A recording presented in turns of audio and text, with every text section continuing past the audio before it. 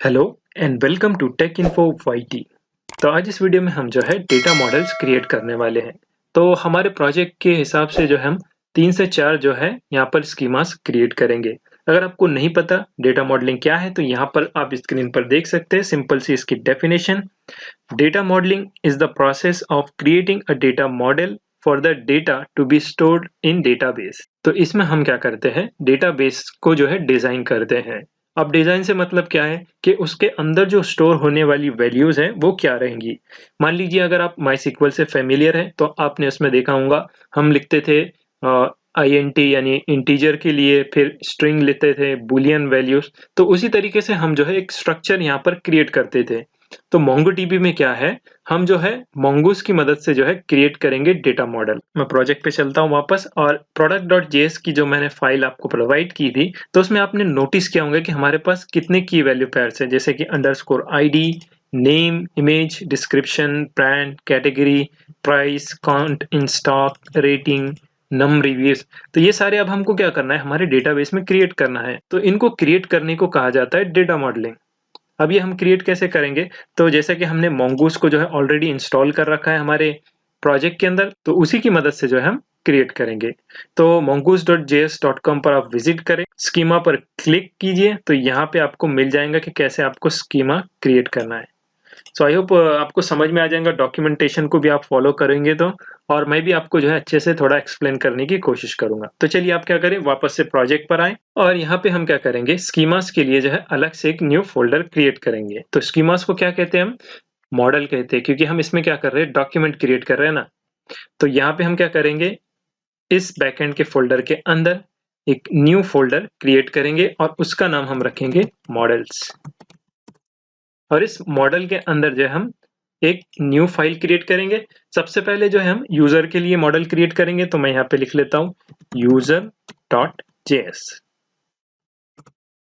यहाँ पे मैंने इतना लिखा। इसके बाद में सबसे पहले आपको क्या करना है, यहाँ पर जो है इंपोर्ट करना है mongoose को। तो उसके लिए लिखिए const mongoose is equals to require of mongoose।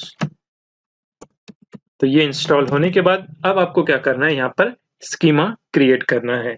तो जब भी आप स्कीमा क्रिएट करेंगे तो स्पेलिंग का खास ध्यान रखें, क्योंकि इससे एरर होता है और जो है हमारा डेटाबेस में स्ट्रक्चर बराबर से क्रिएट नहीं होता है। तो चलिए आप फॉलो कर सकते हैं, पहले आप देख लें, उसके बाद में जो है आप खुद से भी इसको ट्राई कर सकते हैं। बहुत सिंपल है, क्योंकि हमारा पहला जो है यूजर के लिए है। तो यूजर में हमको कौन सी फील्ड चाहिए, पहले हमको इसका आइडिया होना जरूरी है। जैसा कि product.js में चेक कर सकते हैं आप, तो इसमें हमारे पास यूजर से रिलेटेड कुछ भी डेटा नहीं है। मतलब अब हमको सोचना पड़ेगा कि हम यूजर से क्या क्या जो है उसका डेटा लेने वाले हैं। जैसे अगर आप कोई भी पेज पर साइन अप करते हैं, मान लीजिए आप फेसबुक पर है, तो आप वहां पर यूजर नेम और पासवर्ड एटलीस्ट जो है वो भेजते हैं, यानी कि साइन अप करते टाइम आप जो है वो प्रोवाइड करते हैं। तो उसी तरीके से हमको सोचना है कि हमको क्या क्या लेना है यूजर से। तो चलिए अभी हम क्या करते हैं, एक कांस्टेंट ले लेंगे, एक वेरिएबल, और उसका नाम रखना है हमको यूजर स्कीमा। और अब हम क्या करेंगे, मोंगूस की मदद से जो है स्कीमा क्रिएट करेंगे। तो उसके लिए लिखिए आप मोंगूस डॉट एस कैपिटल में रखें और उसके बाद में लिखे स्कीमा। स्कीमा जो है ये एक फंक्शन है जो कि ऑब्जेक्ट यहाँ पर हमको इसमें पास कराने पड़ते हैं। अब इसके अंदर जो हम की वैल्यू पेयर्स पास कराएंगे तो यही हमारा जो है डेटा का मॉडल रहेगा। तो सबसे पहले हमको सोचना है कि हमको यूजर से क्या क्या डेटा लेना है। तो सबसे बेसिक है उसका नेम। नेम के अंदर जो है हम क्या यहाँ पर लेना चाहते हैं, यानी कि इसके अंदर कुछ एडिशनल जो है हम यहाँ पर वैल्यू प्रोवाइड कर सकते हैं। जैसे कि अगर आप mongoose.js पर जाएंगे तो यहाँ पे हम चेक कर सकते हैं कि क्या क्या उससे हम रिसीव कर सकते हैं, यानी कि उसका स्कीमा टाइप। तो ये क्या है, नेम है, तो नेम ऑब्वियसली स्ट्रिंग रहेगा। अगर आपके पास कुछ और है तो डेट लिख सकते हैं, आप नंबर लिख सकते हैं, buffer, Boolean, mixed, object ID, arrays, decimal और मैप। तो ये सारी चीजें जो है आप डॉक्यूमेंटेशन पर एक्सप्लोर कर सकते हैं। सिंपली अभी हमको जो रिक्वायर है मैं उतना ही आपको बताने वाला हूँ। तो हमारे पास है नेम। अब इसका टाइप हमको यहाँ पर डिफाइन करना पड़ेगा। तो इसका टाइप हमको क्या रखना है, स्ट्रिंग, क्योंकि नेम जो रहेगा वो रहेगा स्ट्रिंग। और इस फील्ड को हम क्या कर सकते हैं, रिक्वायर्ड भी रख सकते हैं, यानी कि यूजर को मस्ट है कि वो टाइप ही करे। तो यहाँ पे इसके लिए एडिशनल हम यहाँ पे प्रोवाइड करते हैं रिक्वायर्ड का। तो उसके लिए हम एडिशनल प्रोवाइड करते हैं रिक्वायर। तो रिक्वायर लिखें आप, और इसको ट्रू कर दें। तो यहाँ पर एक जो है हमारी फील्ड कंप्लीट हो गई है। इसके बाद में हमको क्या चाहिए यूजर से, उसका ईमेल।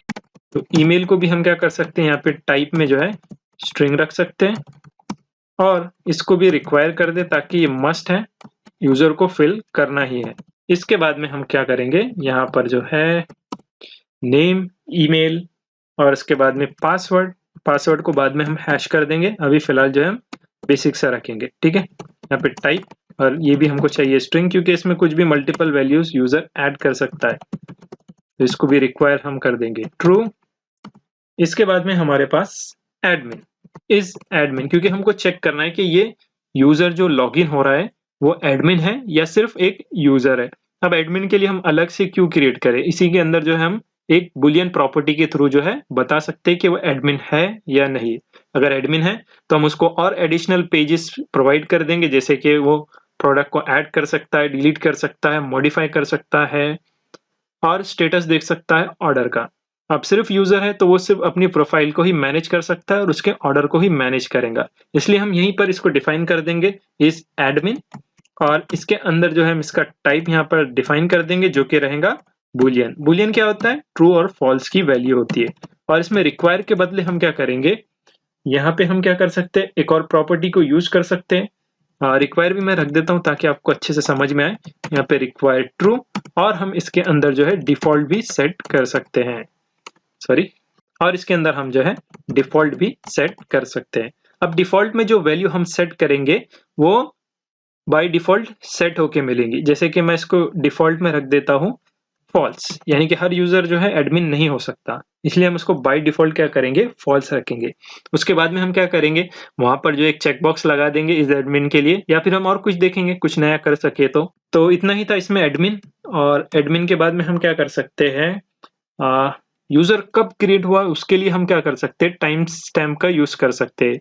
यानी कि इसकी मदद से क्या होता है, जो डेट पर ये यूजर रजिस्टर हुआ है उसका हमको डेट और टाइम मिल जाएगा। तो आपको क्या करना है, इस ऑब्जेक्ट के बाद में देखिए यहाँ पर ये ऑब्जेक्ट स्टार्ट हो रहा है, करली ब्रेसेस आप पिंक कलर का देख सकते हैं, और यहाँ पे एंड हो रहा है ना।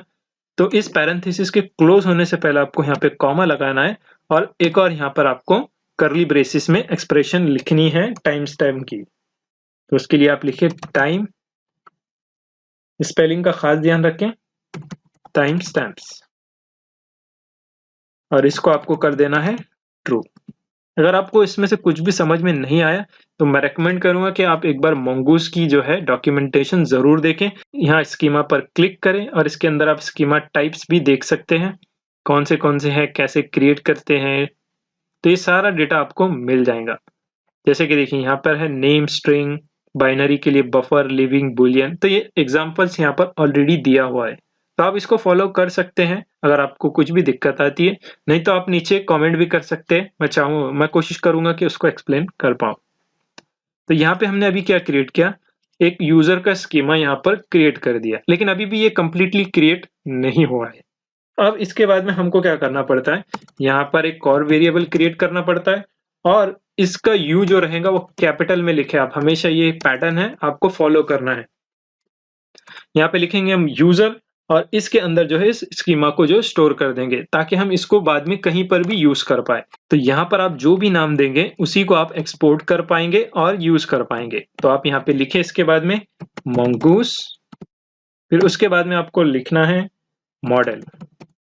मॉडल के अंदर आपको सबसे पहले देना है आपके मॉडल का नाम, जैसे कि हमारे पास है यूजर, तो कैपिटल में लिखेंगे हम यूजर, और उसके बाद में हमको लिखना है यूजर स्कीमा। तो अगर आपको फिर भी समझ में नहीं आ रहा है तो इन द एंड मैं समझा देता हूं। हमने यहाँ पे एक कांस्टेंट यानी एक वेरिएबल के अंदर जो है स्कीमा क्रिएट किया है, और यहाँ पर हम उसको डिफाइन कर रहे हैं। तो ये यूजर जो लिखा हुआ है उस हिसाब से जो आपका डेटाबेस में टेबल क्रिएट होगा। टेबल नहीं, हम मोंगोडीबी यूज कर रहे हैं तो डॉक्यूमेंट क्रिएट होगा। तो ये वन टाइम समझने में मुश्किल है, लेकिन आप जैसे इस पर काम करेंगे और इसका जैसे आप आउटपुट देखेंगे तो आपको इजीली समझ में आ जाएगा। तो इस हिसाब से ही इसका डेटाबेस डिजाइन होता है और यूज होता है। अब यहाँ पर ये हो गया। इसके बाद में हमको क्या करना है, इसको एक्सपोर्ट करना है। तो इसके लिए आप लिखें एक्सपोर्ट डिफॉल्ट और आपके स्कीमा का नाम जो कि हमारे पास है यूजर। इतना लिखकर सेव कर लें। सेव करने के बाद ये कंप्लीट हो चुका है। अभी हमको 2 और क्रिएट करना है, क्योंकि देखिए हमारे पास क्या है, प्रोडक्ट है, तो अभी हमने सिर्फ यूजर का किया है। तो देखिए प्रोडक्ट जेएस के अंदर अगर आप जाए तो हमारे पास प्रोडक्ट है। फिर हम क्या कर सकते हैं, ये रिव्यूज के लिए अलग से और रेटिंग के लिए भी अलग से कर सकते हैं। तो नेक्स्ट वीडियो में हम क्या करेंगे, प्रोडक्ट का देखेंगे हम प्रोडक्ट का मॉडल कैसे क्रिएट करते हैं।